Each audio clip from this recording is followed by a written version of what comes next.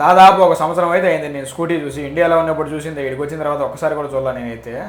మా సార్ అయితే ఏదో పవర్ బ్యాంక్ అయితే ఇచ్చాడు, దీన్ని తీసుకొని పోయి బండిలో పెట్టుకొని చెప్పినాడు. సర్లే అని చెప్పి బండిలో అయితే పెట్టుకున్నా. వీళ్ళు ఏదైనా ఇచ్చేటప్పుడు కానీ ఎక్కడికన్నా పంపించేటప్పుడు కానీ వీళ్ళు చెప్పరు ఈ పని మీద నువ్వు పోతున్నావు అని చెప్పేసి.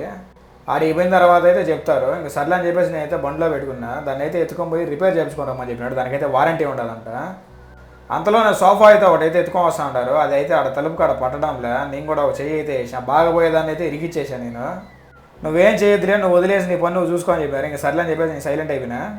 ఇచ్చిన పవర్ బ్యాంక్ అయితే ఒక పేపర్ అయితే వేసాడు, 3 లేదా 5 రోజుల్లో రెడీ అవుతుంది, రెడీ అయితేనే ఫోన్ చేస్తామని చెప్పారు. మా సార్ అయితే వస్తా కూరగాయలు అయితే కొనుక్కోనమ్మని చెప్పినాడు. ఆడైపోయి కూరగాయలన్నీ తీసుకున్న తర్వాత కేనెట్ అయితే పోయింది ఆడు. నేనైతే మా సారే చెప్పిన అట్లా పోయిందని చెప్పి, పోయేసి సెక్యూరిటీకి చెప్పి చూసేస్తారని చెప్పినాడు. సెక్యూరిటీకి అయితే చెప్తే అది క్యాషియర్ దగ్గర ఉండింది. దుమ్ము అయితే విపరీతంగా లేచింది.